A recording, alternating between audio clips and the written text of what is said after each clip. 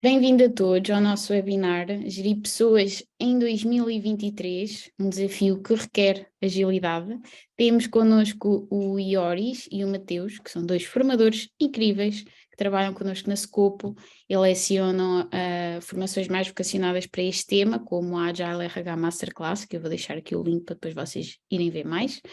Entretanto, no webinar de hoje vamos então descobrir como é que com menos burocracia podemos ter trabalhadores mais felizes e comprometidos na organização. Admitir aqui mais uma pessoa. Bem-vindo, António. Informo também que estamos a gravar esta sessão e que em breve vamos enviar por e-mail a todos os que se registaram o vídeo para que possam rever ou partilhar com alguém a quem possa ser útil. E pronto, vou então passar aqui a palavra aos nossos oradores. E dúvidas que tenham, coloquem no chat, no fim respondemos. Vamos a isto então? Ioris, Mateus, estão prontos? Vamos sim, tudo pronto. Agradecemos o convite para estar aqui hoje compartilhando um pouquinho da nossa experiência e do nosso conhecimento sobre o tema com vocês. Eu espero que seja um webinar de mão dupla, então a gente preparou uma apresentação onde a gente trouxe aqui alguns conceitos e alguns exemplos para estimular mesmo um debate entre nós, né, e uma conversa franca sobre as práticas de gestão de pessoas, porque a gente vive hoje numa época onde todas as coisas estão mudando, né? Cada dia mais a gente vê tecnologias aparecendo, chat GPT e tudo mais, né? Mudando muito o mundo do trabalho, mas as práticas de gestão de pessoas não mudam, né? Continuamos contratando da mesma forma, continuamos lidando com salários da mesma forma, continuamos tratando a avaliação de desempenho como há mais de 100 anos atrás, e aí nos surpreendemos quando nos deparamos com fenômenos, né, como a grande resignação, a demissão silenciosa, né, esse monte de layoffs que a gente vem presenciando no mercado, principalmente de tecnologia, e a gente não entende por quê, né? Então, é hora mesmo de rever a gestão de pessoas de um outro prisma, de uma outra perspectiva, para que a gente possa ter, então, um trabalho com mais significado, né? E bastante diferente em relação ao envolvimento das pessoas com os negócios. Então, é sobre isso que a gente vai falar. O Ioris e eu temos bastante experiência nisso, não só de ajudar outras empresas, mas nos nossos próprios negócios. Então, somos pessoas que vieram das trincheiras, né? Que aprendemos, que tentamos, que erramos e que hoje conseguimos compartilhar um pouco disso tudo que a gente viveu com vocês. E ultimamente temos ajudado algumas organizações que optam, né, por esse processo de tratar as pessoas de maneira diferente, né, indo além da gestão, centrando realmente suas decisões nas pessoas e nos seus relacionamentos. É um pouco sobre isso que a gente vai falar hoje aqui para vocês. Vou compartilhar minha tela. Pronto. A gente trouxe esse tema, agilidade para a gestão de pessoas, porque a gente vem observando um movimento bastante grande, inclusive aqui no mercado de Portugal, de adoção de métodos ágeis ou de um pensamento ágil em relação ao trabalho. E como a gente já observou no Brasil alguns anos atrás, a parte da gestão de pessoas é a última parte a ser tratada, mas talvez devesse ser a primeira, né? Porque os problemas, né, as dificuldades da adoção de métodos ágeis vêm da diferença que existe entre como eu trabalho com agilidade e como eu lido com as pessoas no modelo mais tradicional. Essa diferença que faz aparecer os conflitos que a gente encontra nesse mercado. E é fácil observar esse tipo de resultado hoje, né? Pesquisas, por exemplo, como do Instituto Gallup, que refere-se ao engajamento das pessoas nas empresas, no trabalho, traz para a gente números bastante surpreendentes, mas ruins. Então, por exemplo, é muito interessante observar, depois de tanto tempo estudando sobre gestão, observando o que as empresas já fizeram no mundo todo em relação a esse tema, e a gente ainda ter pífios 21% das pessoas apenas engajadas no trabalho. São poucas pessoas que realmente estão à vontade e querem fazer as coisas de uma maneira diferente na organização. E você sabe que são poucas pessoas, porque você consegue até elencar o nome dessas pessoas na sua empresa. Não é? De tão poucas que são. A maior parte, cerca de 60%, são pessoas que vão ao trabalho, executam as suas tarefas, cumprem a sua função, mas não estão interessadas no negócio. Simplesmente querem fazer o papel delas, receber o salário no final do mês e ok, né? Então, é um tipo de envolvimento respeitável, né? Porque é uma opção que a pessoa muitas vezes tem, mas, de qualquer forma, é ruim na perspectiva que muitas pessoas passarão a maior parte das suas vidas, a maior parte do tempo de um dia, fazendo algo que não gostam. Então, como espécie, né, como seres humanos, isso é muito ruim. É um sistema estabelecido onde poucas pessoas se sentem realizadas no trabalho e veem o trabalho apenas como uma obrigação que eu preciso cumprir. Até uns 20 anos atrás, isso não era muito problema. Tornou-se um problema porque agora as empresas precisam inovar, precisam dar participação das pessoas no processo de geração de valor para os clientes. E aí descobriram que as pessoas não estavam tão afim assim, né? De contribuir com a sua capacidade cognitiva, com a sua motivação, para fazer as coisas serem diferentes. E aí, instituto como o Gallup colocaram luz sobre esse problema, que é um efeito colateral de anos da gestão tradicional sobre as pessoas, que agora ficou evidente para todo mundo, né? E aí, adoção de métodos ágeis, novas estruturas organizacionais vieram, né, muito por esse estímulo. Como podemos fazer a gestão de uma maneira diferente para que as pessoas, então, possam se engajar e serem criativas, inovadoras entre elas, né? Como poderíamos trabalhar em equipe? Como poderíamos gerar resultados co-criando soluções que geram mais valor para o cliente? Então, hoje, isso é um problema sério na maior parte das organizações. Mas ainda tem ali 19% aproximadamente de pessoas que são ativamente desengajadas. Essas são as pessoas que ainda conseguem criticar a empresa, reclamar dos problemas, apontar os erros, mas muitas vezes não conseguem propor soluções, não conseguem mudar as coisas, porque são a minoria. Você, inclusive, conhecem essas pessoas como sendo os problemas das organizações, né? Muitas vezes são demitidas, não são ouvidas, né? E aí a empresa perde uma grande oportunidade de mudança, porque essas pessoas conseguiram dar o feedback à organização de que algo não estava bem a partir do seu próprio comportamento de desengajamento. Então, é preciso olhar de uma maneira diferente para as pessoas, porque elas são o nosso principal vínculo com a realidade. Não são os processos, não são as estruturas, são as pessoas com quem a gente trabalha.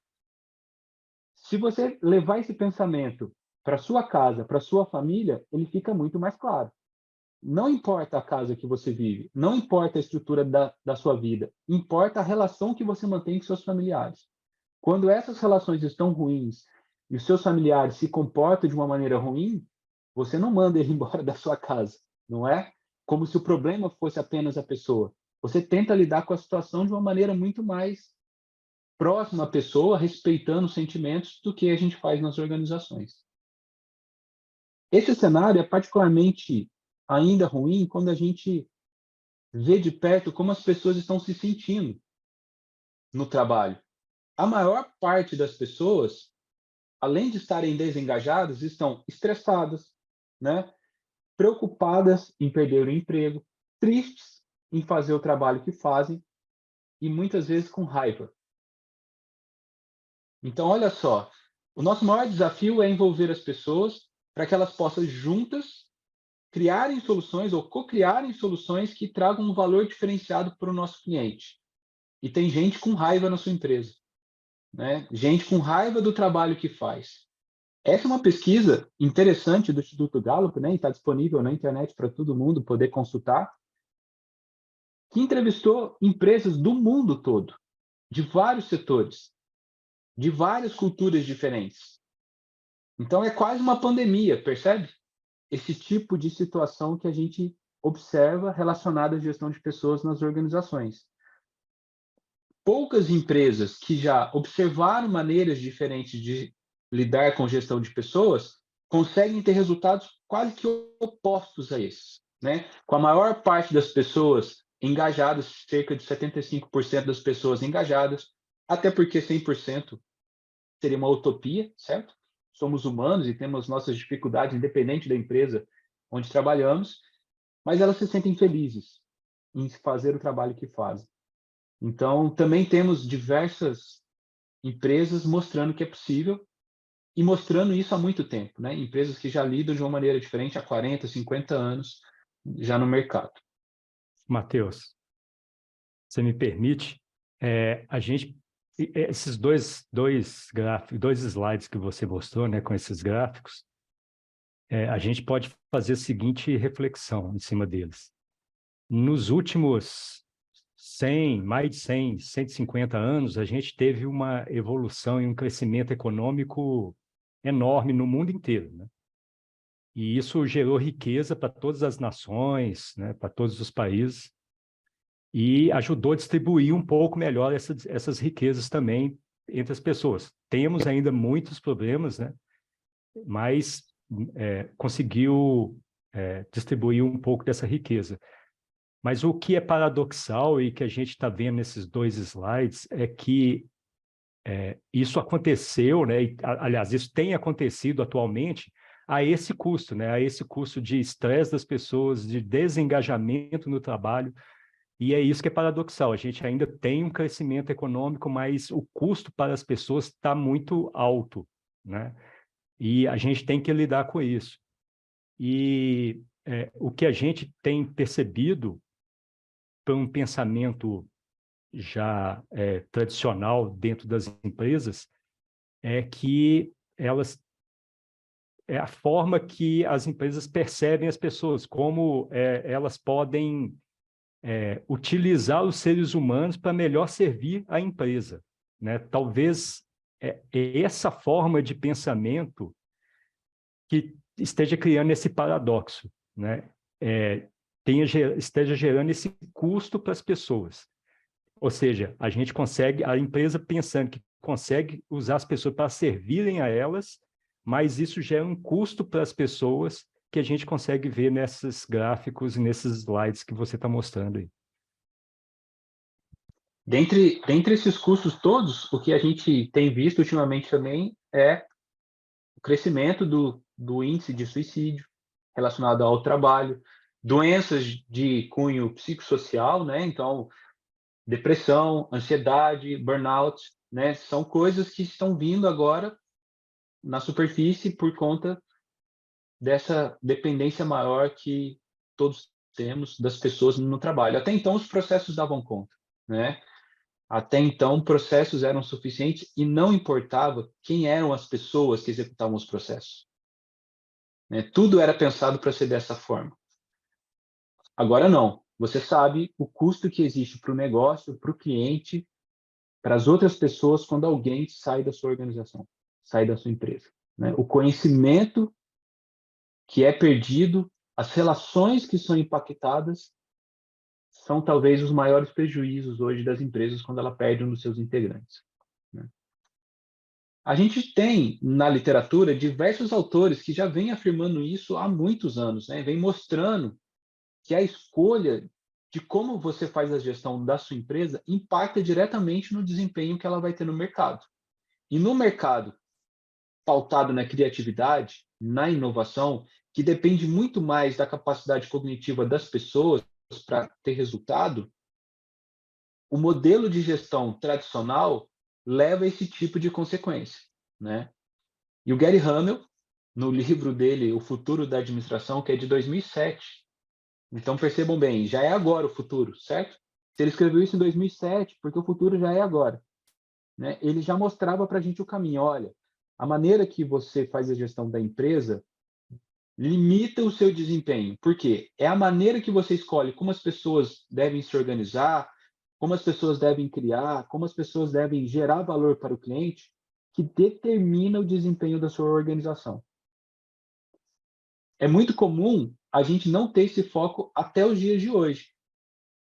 Todo dia, se você observar no LinkedIn, você percebe que parece mais importante para as organizações adotarem métodos e processos ágeis do que conhecer melhor quem trabalha com elas. E aí que começa a piorar esse cenário, porque agora as pessoas se sentem mais pressionadas, né? Como se as organizações dissessem assim: o que mais vocês precisam? Nós já adotamos agilidade? Você já não está trabalhando de casa? Nós não te damos aqui um escritório todo estruturado, organizado, bonito. O que mais você precisa para ser produtivo? E esse tipo de pressão leva a essas consequências desastrosas que a gente citou agora há pouco. Temos na literatura também alguns indícios de autores que anteveram, né, as causas raízes desses problemas. Na gestão, especificamente, a gente tem uma abordagem mais humanista que destacou, através de um de seus autores, o Douglas MacGregor, uma perspectiva ligada diretamente à maneira como você enxerga as pessoas. Douglas MacGregor fez uma pesquisa de campo, em 1967, onde ele queria descobrir como, naturalmente, os seres humanos são, observando o comportamento deles no trabalho. Então, observando as pessoas trabalhando, ele tentou inferir a natureza humana, como somos naturalmente. E aí ele percebeu, na pesquisa de campo dele, que existiam dois grupos para distinguir essa natureza humana, porque se comportavam diferentes. Ele observava os comportamentos. Então, em um grupo, que ele chamou de teoria X, ele percebeu que as pessoas não se interessavam pelo trabalho, eram preguiçosas, né? Estavam ali mais pelo dinheiro. Você compartilhou a tela? Não, né?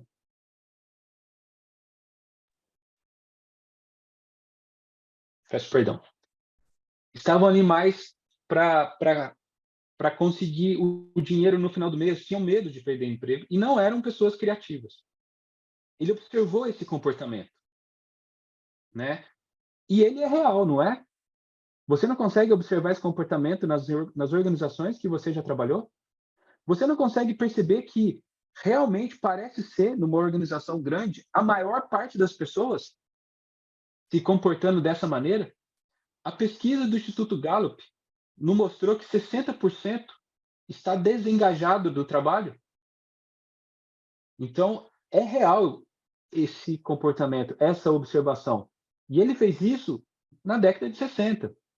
E a gente consegue observar isso até hoje nas organizações. Mas ele também observou um outro tipo de comportamento. E ele denominou isso de teoria Y, que era um comportamento contrário. Então, ele realmente percebeu que tinham pessoas engajadas, interessadas no trabalho, que eram criativas, que queriam inovar, que tinham uma vontade, né, uma motivação própria para fazer aquilo que faziam, que encontravam um significado no trabalho que estavam executando. E eram essas pessoas que ajudavam as empresas a evoluir. Pessoas com esse comportamento você também consegue observar nas empresas. Só que você sabe que são poucas. A pesquisa do Instituto Gallup também mostra que são poucas. São os ativamente engajados. O mais interessante que nesse estudo do Douglas MacGregor é que a conclusão dele foi a seguinte: como seres humanos, a nossa natureza é da teoria Y. Todos somos naturalmente da teoria Y. Só que quando não encontramos as condições certas, sejam ambientais, condições burocráticas, psicológicas, qualquer coisa, começamos a nos comportar como na teoria X. Isso também é verdade, porque você talvez tenha observado até na sua própria vida, você tinha um comportamento da teoria X numa empresa, saiu dessa empresa, foi para uma outra empresa e começou a se comportar como na teoria Y. Então você é a mesma pessoa, mudou contexto, mudou o cenário, mudaram as condições e o seu comportamento também mudou. E aí foi mais significativo para você, porque agora é compatível com a natureza humana, com a sua natureza humana, trabalhar naquele lugar. Você também observa isso na escola ou na universidade, quando tem algumas disciplinas que você se comporta como na teoria X, você não gosta muito, você tem um pouco de preguiça para estudar, mas tem outras que não. Tem outras que você se envolve, participa, porque ali você consegue se expressar naturalmente. Trazendo esse raciocínio para dentro das organizações, a gente consegue entender, dada a maneira que você escolhe fazer a gestão de pessoas, elas se comportarão como X ou como Y. Dada a maneira como você faz gestão de projetos, as pessoas se comportarão como na teoria X ou como na teoria Y. Todo mundo conseguiu observar isso? Um ponto crucial nessa reflexão. Se a maior parte das pessoas que a gente observa hoje nas organizações se comportam como na teoria X, então é porque a maior parte das práticas de gestão de pessoas que hoje são utilizadas nas organizações levam a esse comportamento. As estruturas que estão nas organizações levam a esse comportamento. A maneira de lidar com salários, avaliação de desempenho, planos de carreira, reforçam esse comportamento. E aí depois você fica surpreso ou surpresa do porquê as pessoas não estão motivadas na sua organização. E busca um palestrante motivacional, por exemplo, para tentar resolver o problema. Quando a gente tem o pensamento da teoria X, quando eu parto do princípio que as pessoas não são capazes, ou não querem, ou são preguiçosas, então eu começo a organizar a empresa dividindo essas pessoas. No topo da hierarquia são as pessoas que eu acredito serem capazes. Geralmente, sócios, acionistas, pessoas próximas, parentes, não é? E essas pessoas são tidas como os pensadores, quem decide, quem diz o que deve ser feito. Enquanto o resto são executores. Estão ali apenas para executar o trabalho, como se não fossem capazes de pensar criticamente na melhor maneira de gerar valor para o cliente. E isso, com o tempo, gera uma disputa, porque um executor começa a perceber rapidamente que entende mais do trabalho do que quem está mandando. E esse conflito faz com que cresça a exigência de um plano de carreira ou de promoção para que um executor saiba quando ele, então, virará um pensador.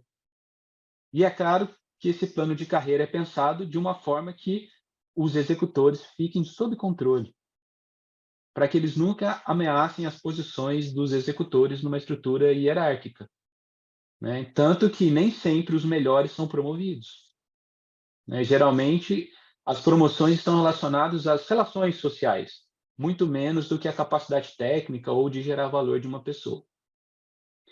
E isso não muda muito quando a gente adota agilidade, porque se as organizações têm um pensamento mais tradicional, não muda a forma de lidar com as pessoas e adota métodos ágeis, por exemplo, Scrum, a mesma estrutura de pensamento é refletida na adoção do método.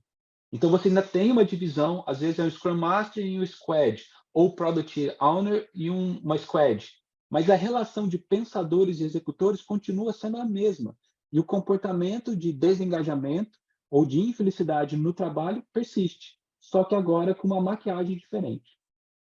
Só para nos mostrarmos mais modernos, porque somos ágeis, não é?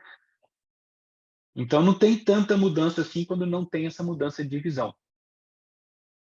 Quando a gente parte do princípio que as pessoas são adultas na empresa, quando elas são capazes de tomar decisões e se responsabilizarem pelas consequências das suas decisões, quando eu tenho isso como premissa, observe bem, não é uma garantia, né? Não é uma garantia que todos agirão bem, mas eu tenho isso como premissa. eu acredito que todos agirão bem dentro das suas limitações. Quando eu crio essa expectativa, eu tenho como resposta das pessoas uma responsabilidade, um envolvimento, uma atuação completamente diferente.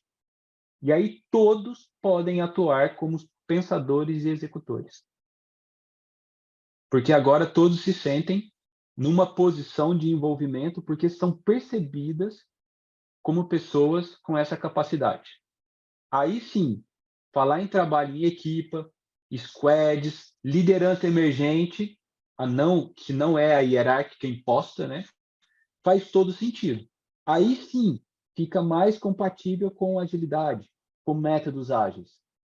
Talvez no começo seja difícil, porque são pessoas que estão ali, às vezes, há 10, 15, 20 anos, trabalhando num formato de gestão organizacional que é completamente diferente. E agora elas têm que aprender a trabalhar em equipe ou com uma autonomia diferente de atuação. É preciso ter muita paciência, muita tolerância, muito suporte para que elas consigam fazer isso, porque isso se torna muito mais sustentável para a organização no médio e longo prazo. O trabalho fica mais significativo para as pessoas e os resultados são mais sustentáveis para a organização, né? É uma aposta realmente bastante diferente do que a gente tem visto hoje nas empresas que querem fazer uma transformação organizacional em 1 ano ou em 2 anos. A transformação organizacional não é uma corrida de 100 metros, é uma maratona. É preciso acompanhar por muitos anos isso, né? Porque é uma mudança não só do estilo de gestão e do processo de trabalho, mas é uma mudança das pessoas e de como elas se relacionam. Elas têm que aprender a trabalhar de uma forma diferente. Matheus, como é que isso funcionaria, então, numa organização onde a gente não tem uma hierarquia? Então, imagine que todo mundo ali na empresa esteja fazendo o trabalho dentro desses moldes da teoria Y, como pessoas responsáveis, interessadas, criativas, né, querendo se engajar no trabalho.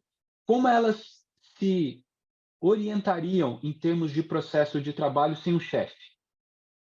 Então, imagine um cenário onde um grupo de pessoas com habilidades diferentes, com conhecimentos diferentes, e aí esses conhecimentos, essas habilidades estão representados ali naquelas figuras geométricas, dentro dessa zona cinza que a gente está tentando representar aqui como uma zona de autonomia.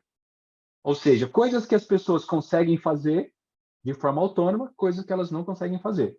Então, tem pessoas, como aqui no centro, né, com mais autonomia desenvolvida, conseguem fazer mais coisas, e tem outras que só conseguem fazer uma coisa mais pontual. Talvez ainda não tenham desenvolvido sua autonomia no trabalho. Porque é assim. Se você defende a diversidade, você concorda com essa figura, percebe? Porque isso é um respeito fundamental ao ser humano, nesse sentido da organização. Quando surgem problemas ou atividades a serem feitas que estão um pouco fora da minha zona de autonomia, ou seja, que eu não consigo fazer sozinho, então eu preciso da ajuda de alguém. E quando alguém decide por si só me ajudar, ou eu decido pedir ajuda a alguém, e essa ajuda acontece, esse trabalho em conjunto acontece, é quando a gente vê emergir o fenômeno que a gente conhece como colaboração. A colaboração é quando duas pessoas com autonomia de atuação decidem fazer o trabalho juntas, porque percebem que uma delas não dará conta. Essa é a colaboração real. Colaboração não é um gestor dizendo: vocês dois trabalhem juntos nisso aqui, colaborem nessa atividade. Isso não é colaboração. A colaboração como fenômeno social pressupõe autonomia. Nesse cenário ainda, que a gente está ilustrando, quando acontecem coisas que estão fora da zona de autonomia de qualquer pessoa, ninguém consegue fazer nenhuma parte da atividade, quando é um problema grave. E todo mundo fica olhando para a cara de todo mundo. E agora? O que nós vamos fazer? Isso nunca aconteceu na empresa. Não sabemos lidar com isso. Quando é um problema desse tipo, o que frequentemente acontece? Alguém fala assim, não, peraí, vamos tentar entender melhor esse problema. Talvez alguém com uma capacidade mais analítica seja interessante para destrinchar o problema em problemas menores, ou alguém com habilidades socioemocionais se envolve no conflito entre duas pessoas para tentar mediar o conflito.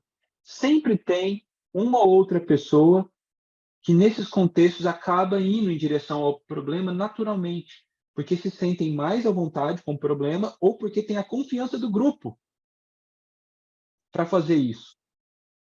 Esse fenômeno de aproximação, de ajudar a aproximar os problemas das outras pessoas para que elas colaborem na resolução do problema, é o que a gente chama, hoje no mercado, de liderança. Então, liderança não é um cargo, liderança não é uma característica individual, liderança é um fenômeno social que emerge de relações pautadas na colaboração e na autonomia. Essa pessoa assume essa posição temporária de referência para a equipe, para a resolução de um problema ou superar algum desafio, e depois que o problema é superado, essa pessoa continua sendo um integrante do grupo.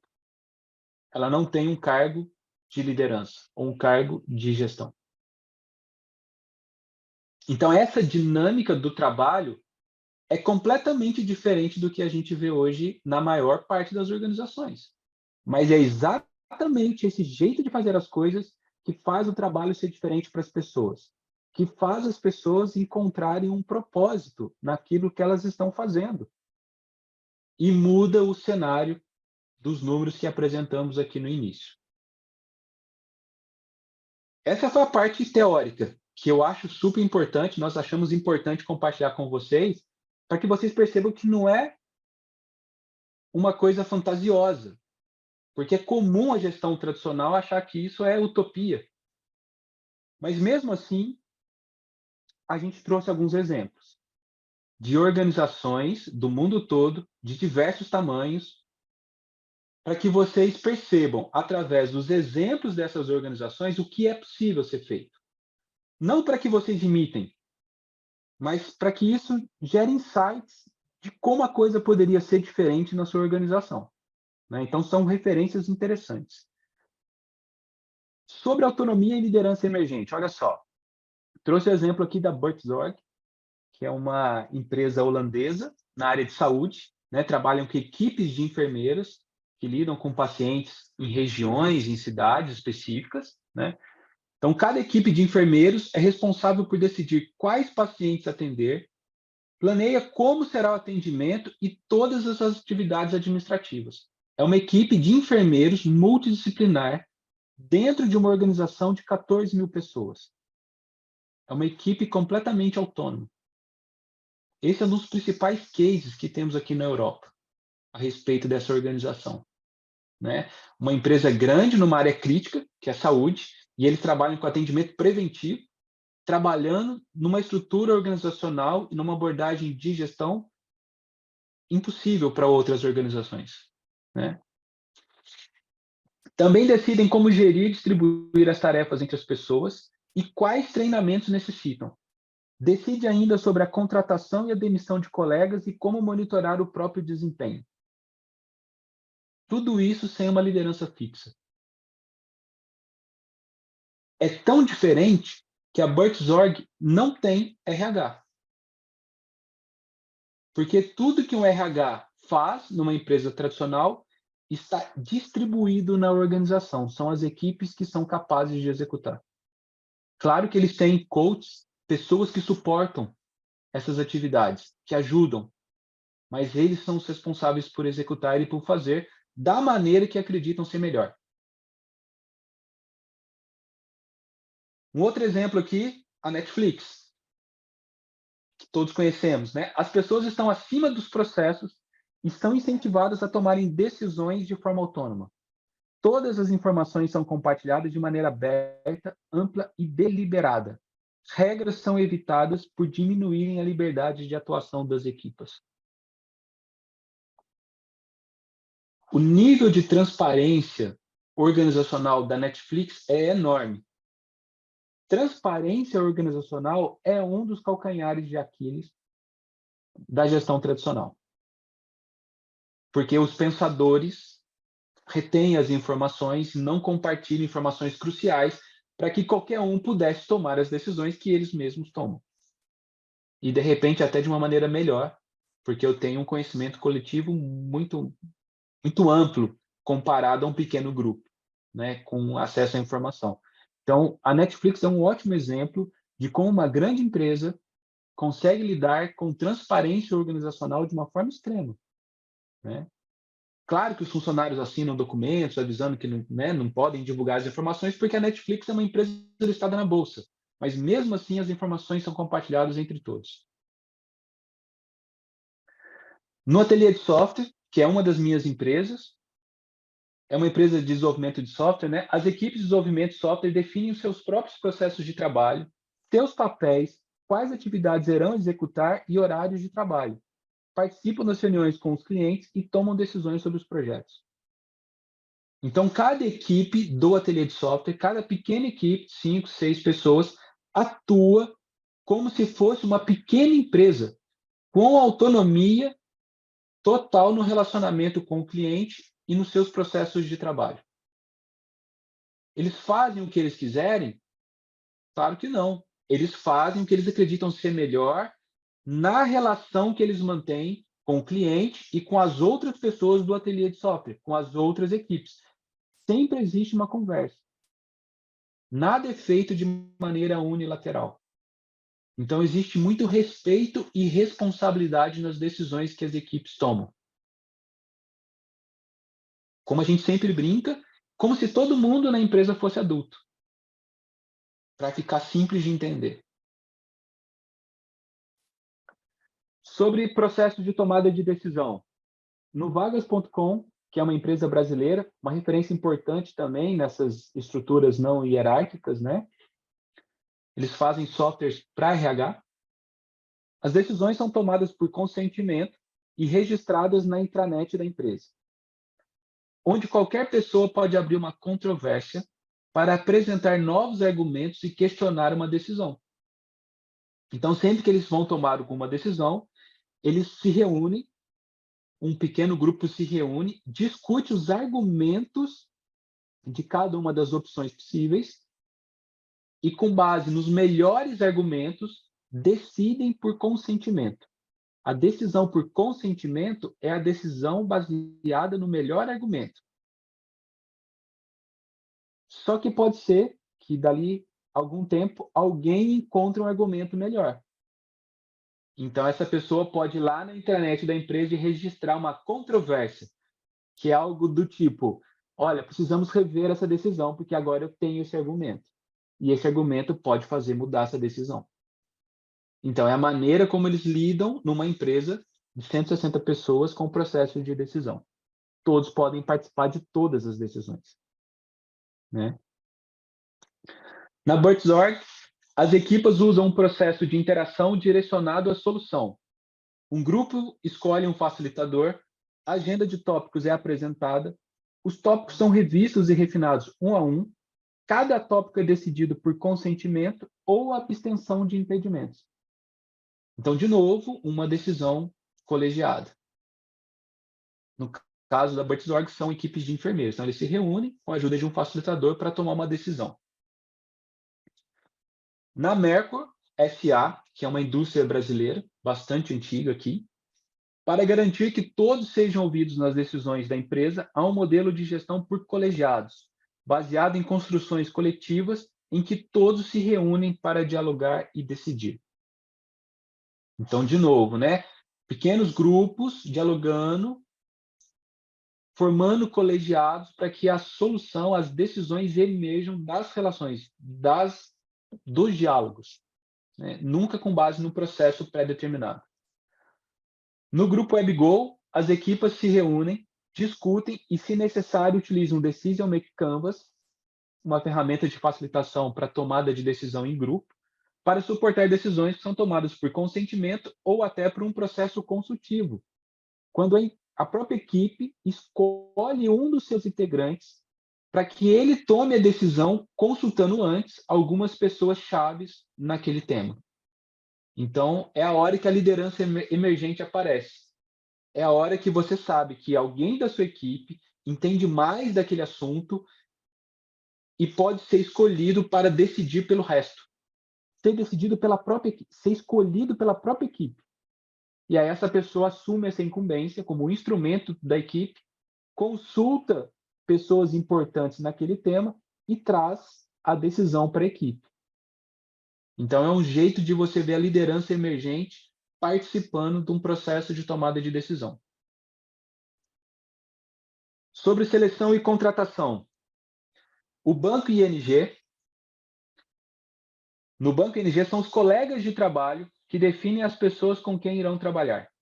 O líder tem direito a veto se as pessoas escolherem alguém com quem o líder percebe que não se pode trabalhar. Depois de adotar essa abordagem, as equipes estão mais diversificadas em termos de gênero, personalidade e habilidades. Detalhe: nunca o veto foi exercido pelo líder.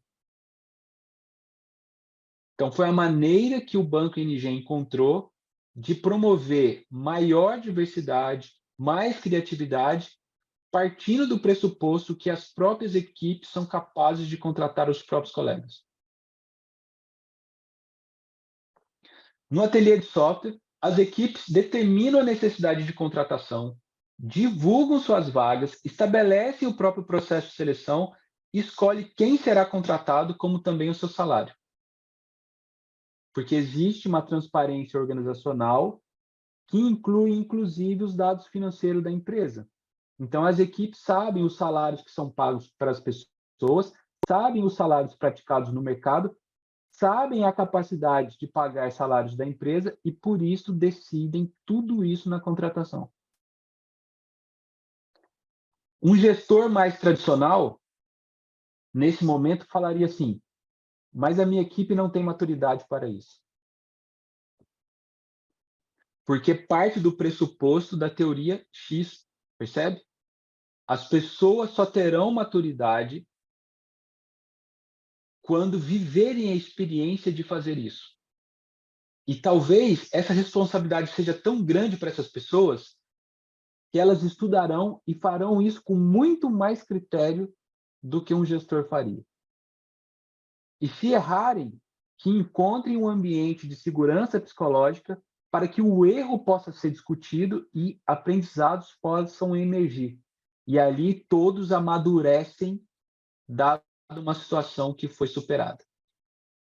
Depois de algumas vezes desse tipo de processo, como seriam as pessoas na sua organização? Será que todas elas teriam as capacidades dos gestores? Será que a capacidade de gerar valor da sua empresa não seria muito diferente? Sobre a avaliação de desempenho, a Morningstar, que é uma empresa norte-americana, da Califórnia, né, faz processamento, plantio e processamento de tomates, é uma empresa agrícola, né, tem 400 pessoas, tem um processo de feedback baseado em equipas. Nesse processo, cada equipe faz uma apresentação anual de autoavaliação, onde compartilham seus resultados, como utilizaram os recursos da empresa e quais são os planos para o próximo ano. Então, não existe uma avaliação de desempenho individual, existe uma avaliação de desempenho da equipe. Você não avalia mais o desempenho do indivíduo, porque o indivíduo já não consegue mais gerar o valor completo apenas a partir da sua atuação. Eu preciso me relacionar com as outras pessoas para criar um valor de uma forma muito mais complexa do que era antigamente. Por isso, avaliamos agora as equipas e não mais os indivíduos. A Buzzorg, uma determinada equipa pode facilmente avaliar a sua produtividade e compará-la com as outras equipas, uma vez que o desempenho de cada equipe é compartilhado abertamente com todos na organização. Então, há uma relação de resultados que cada equipa consegue e, com base nisso, as equipes com melhor desempenho são responsáveis por ajudar as equipes com pior desempenho. Porque não é uma competição. É uma colaboração para melhorar o desempenho organizacional. Não para ver qual equipe é melhor. Sobre salários e promoções. A Buffer, que é uma empresa de mídias sociais dos Estados Unidos, pratica a transparência radical das informações financeiras e os valores do salário são autoatribuídos. Ou seja, as pessoas propõem quanto elas querem receber, sendo revisados por um processo de aconselhamento entre os pares. Então, antes de pedir o meu salário, eu posso conversar com os meus pares para entender se o valor que eu pretendo está certo ou não, está equilibrado ou não. E esse é um padrão que a gente consegue observar em várias organizações que adotaram uma abordagem diferente. Esse aconselhamento entre pares ou autoatribuição do salário. Na WGOR, que é uma indústria americana também bastante grande, uma vez por ano, dentro de cada equipa, todos classificam os outros numa escala de 1 a 9, com base na sua atribuição passada e futura para a organização, ou seja, em como atuou e como pretende atuar. Os resultados são consolidados e sistematizados no ranking salarial, que é ajustado por 2 comitês que decidem sobre aumentos de salário. Essa é uma outra grande abordagem, uma abordagem baseada em rankings, de quanto aquela pessoa está contribuindo para a organização na visão dos próprios colegas, não na visão do gestor. Porque é com quem você trabalha que sabe se você está fazendo um bom trabalho ou não, não é? Muitas vezes o seu gestor está longe e nem imagina como é a sua atuação. Na Valve, uma empresa na área de games, também norte-americana, um grupo é designado para entrevistar todos na empresa, pedindo por feedback sobre as pessoas com as quais trabalhou durante o ano para elaborar um ranking. Essa avaliação entre pares está menos sujeita aos vieses de sua estrutura horizontal. Então, é uma maneira bastante semelhante da WGOR. No ateliê de software, uma empresa um pouco menor, os salários são autoatribuídos e ajustados por meio de conversas entre as pessoas das equipas. Para suportar esse processo, utiliza um ranking para classificar as pessoas de acordo com a percepção de valor agregado para o trabalho versus o custo total para a empresa. Então, também tem uma estrutura de ranking, mas utilizamos lá aconselhamento entre pares e salários autoatribuídos. Então, a gente preferiu usar várias estratégias para lidar com esse assunto que é bastante complexo. Até porque o salário hoje é uma questão muito social nas organizações, muito menos técnica, muito mais social, né? Basta você perceber casos de quando a pessoa descobre, né, os salários pagos para outros colegas, ela às vezes até sai da empresa, porque não concorda, acha aquilo injusto, né? Então, por uma questão muito mais de relacionamento social, ela acaba deixando um emprego para ir para outra empresa. Por fim, sobre estruturas organizacionais, que é onde isso tudo vai acabar sendo consolidado com o tempo, né? As estruturas mudam depois que as práticas começam a ser outras. Então, na Buzzorg, essa empresa que é interessante estudar, enfermeiros trabalham em equipas de 10 a 12 pessoas que cuidam de cerca de 50 pacientes. Cada equipa é responsável por todas as tarefas, não somente as técnicas. Há um escritório central de cerca de 40 pessoas que cuidam das atividades que eles acham que faz sentido centralizar e padronizar, como suporte, contabilidade, TI e contratos de venda. O escritório atua como uma central de serviço para todas as equipas. Então, a matriz, ela atua muito mais como um suporte para as equipes do que como alguém que direciona o trabalho das equipes.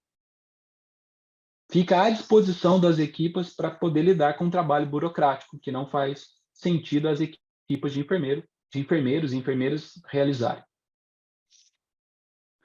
Na Haier, uma empresa chinesa de eletrodomésticos, né, a gente encontra eletrodomésticos deles aqui em Portugal, se dividiu em mais de 4.000 microempresas, a maioria com 10 a 15 funcionários. De novo, o mesmo padrão, né, pequenos grupos autônomos.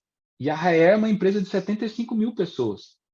É uma cidade de tanta gente, né? Há aproximadamente 200 microempresas voltadas para o mercado que têm raízes no negócio da empresa. Fazem frigoríficos, fazem fogões, placas, enfim. Há mais de 50 microempresas incubadas, voltadas para inovação e criação de novos produtos ou serviços. Ou seja, são as startups da Haier.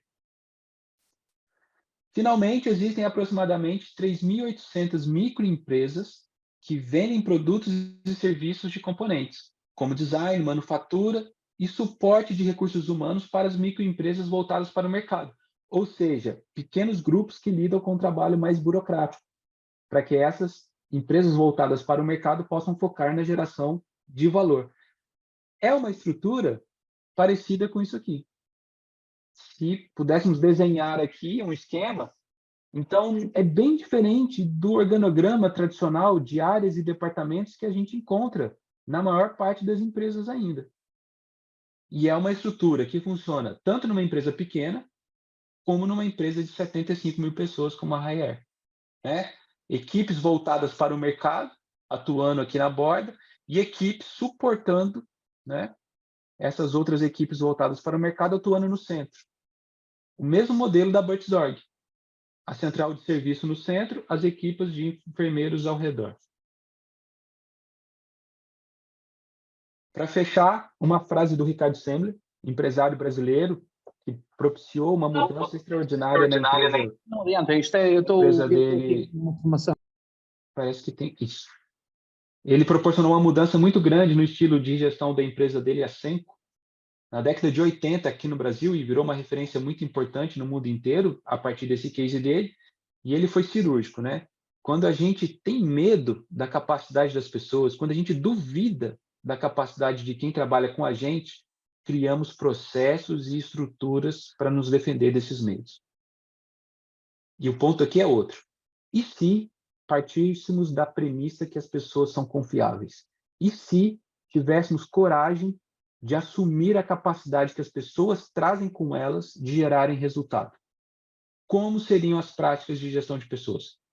Como seriam as estruturas da nossa empresa? Então, termino aqui com essa reflexão. Ficamos aqui à disposição para responder perguntas ou qualquer outro comentário que queiram fazer.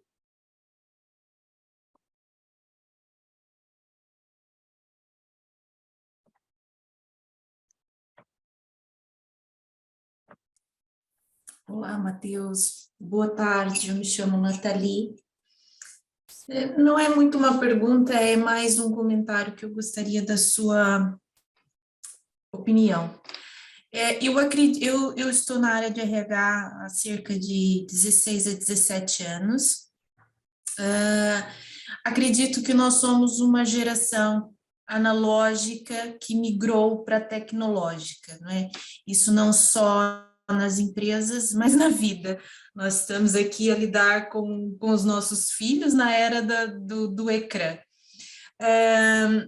Acredito que as pessoas estão tão moldadas no sistema tradicional que elas muitas vezes não conseguem enxergar essa migração para uma era mais flexível, mais aberta, não é? Na prática em si, você deixou bem claro, não é? É uma transição que leva anos para ser feita e tem de ser acompanhada, mas como você vê essa questão da transição de geração?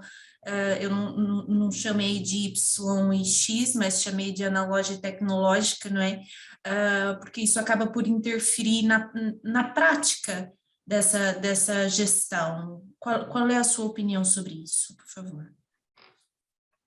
A sua visão é correta, viu, Nathalie? Porque essas pessoas têm dificuldades nessa transição, não somente pela transição em si, mas porque o modelo educacional, né, em si, também suporta esse pensamento sobre o trabalho.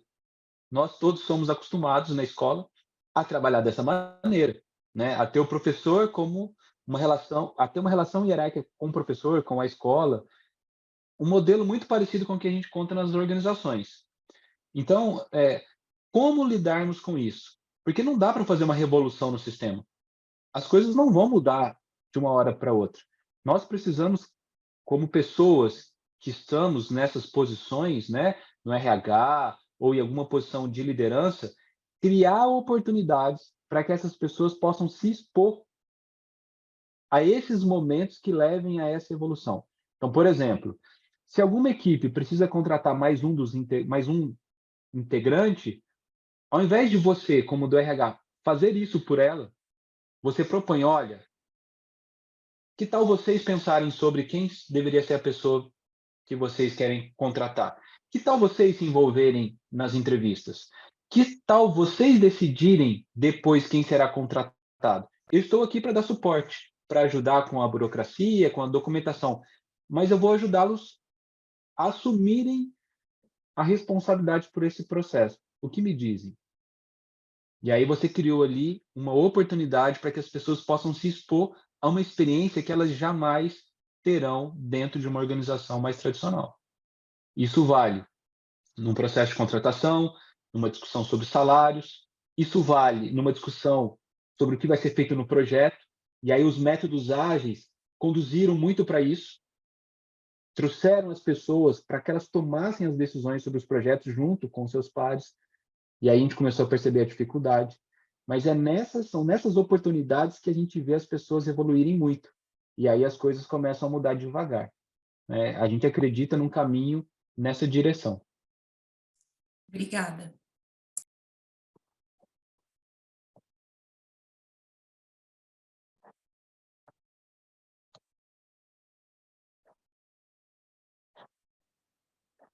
Mas alguém tem alguma questão que gostasse de fazer? Ioris, tens alguma coisa a acrescentar?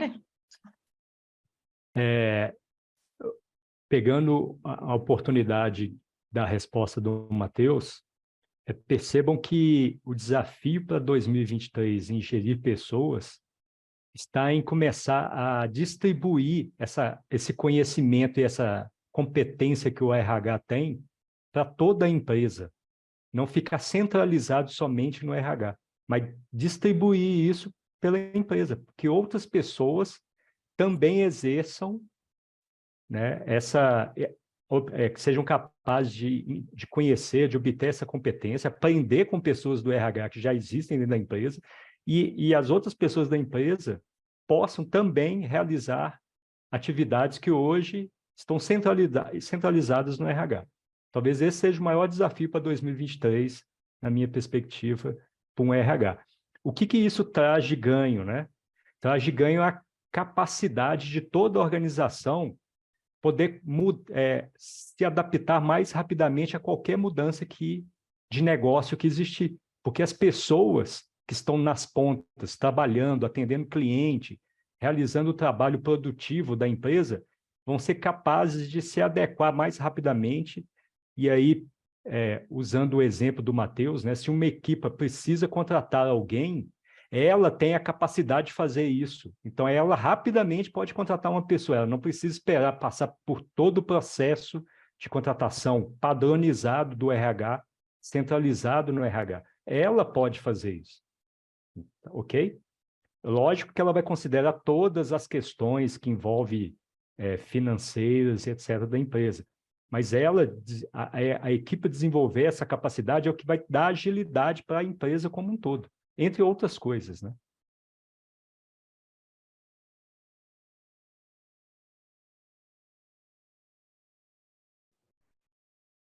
Pessoal, posso fazer um complemento? Eu ia te chamar. Uma outra grande vantagem é liberar a capacidade criativa que as pessoas do RH hoje têm. Um grande potencial, mas que estão sobrecarregadas com o trabalho burocrático e o trabalho de contratação, o trabalho de acompanhamento e desenvolvimento de pessoas. Então, quando se libera essa capacidade, tira a sobrecarga, dilui isso com as equipes, as pessoas do RH elas têm um tempo disponível para estudarem, trazer inovação na área de RH e na área de desenvolvimento, enfim, para quaisquer áreas, mas que isso é extremamente importante porque hoje elas estão sobrecarregadas e não conseguem fazer nada além da sua lista de tarefas, né, do dia a dia. Então, essa é uma outra grande vantagem que nós enxergamos como a descentralização das atividades de RH com as pessoas das equipas. Esse fechamento que a Ana Grossi deu vai de encontro à velha expressão, né? O RH tem que ser mais estratégico.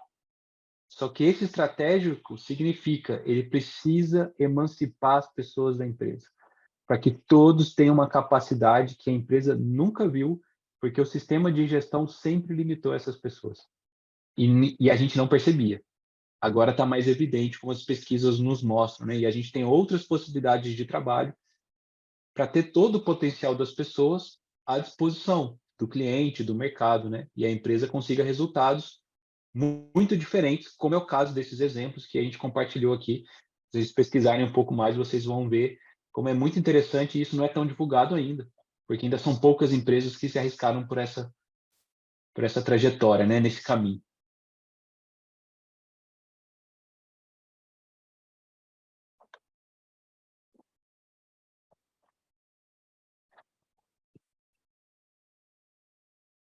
Pronto, se não temos mais questões, gostava de pedir a cada um, se calhar de vocês os dois, que fechassem, ou seja, dessem uma pequena frase para fechar este webinar, para irmos inspirados a continuar o nosso trabalho até o final do dia. Legal. Posso começar, Ioris? Eu gosto sempre da frase que a gente carrega dentro das nossas formações, que é: trabalhar com agilidade de pessoas significa libertar a capacidade delas no trabalho. Enquanto você restringir as pessoas, nada mudará.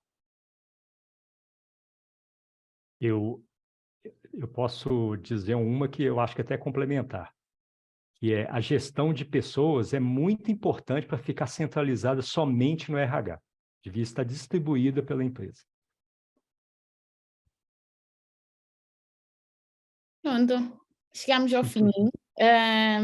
Irei enviar a gravação até ao final da semana para todos, para quem também não teve a oportunidade de participar ou teve de sair por algum motivo e não conseguiu estar o tempo todo. Se entretanto tiverem mais alguma questão, é só enviarem para o e-mail da Scope e nós respondemos. Obrigada a todos mais uma vez. E a vocês também, Mateus e Ioris. É isso, foi um prazer. Muito obrigado, pessoal. Obrigado. Obrigada. Obrigado. Obrigado. Boa semana. Tchau, obrigada.